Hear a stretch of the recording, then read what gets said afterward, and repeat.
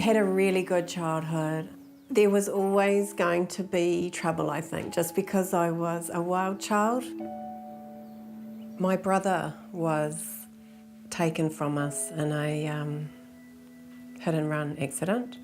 So he died at 24 and I was 19. So I didn't deal with that at all. And then the drug abuse and alcohol abuse just got worse and worse, and I was really out of control. One day I met Mark, and he was somebody that I would spend the next 11 years of my life with. He represented everything I didn't like about a person, basically. But once I'd fallen in love with him, then I found out that he was married, and I was shattered. So now I was a marriage wrecker. He had a profession, so he was a professional man advertising, but he was also an outlaw, really, and a drug dealer. Mark ended up in jail. He was conspiring to manufacture methamphetamine by this stage. I had a full-blown pee addiction, which lasted for about 2 years, where I was blasting or injecting for a couple of years, and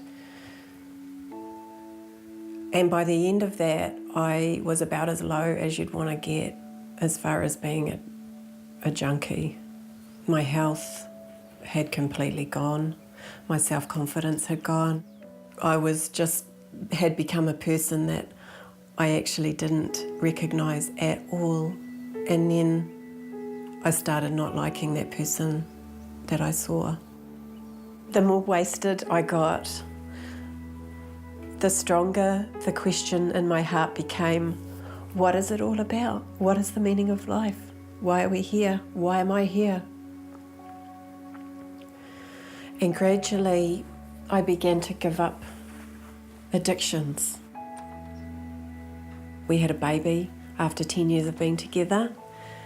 I couldn't really cope. Once I got sick, we got Campylobacter, both of us. So eventually, after a couple of weeks with that, I got so ill, I couldn't even get off the floor.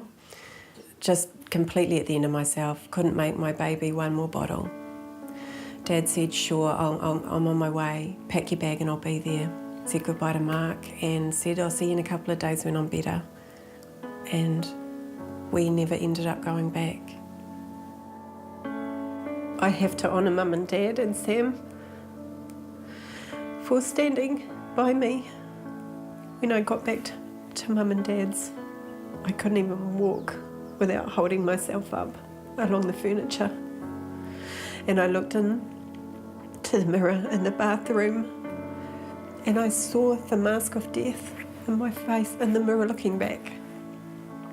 I told Mum, I said, I had a dream last night. And I told her what the dream was, and she said, that wasn't a dream.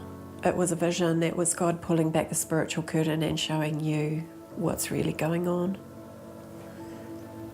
And we're going to a prayer meeting tonight. You're welcome to come. But deep down in my heart, I knew I had to go. And I went and gave my heart to Jesus. And at the time, I didn't really know what I was doing or what it meant.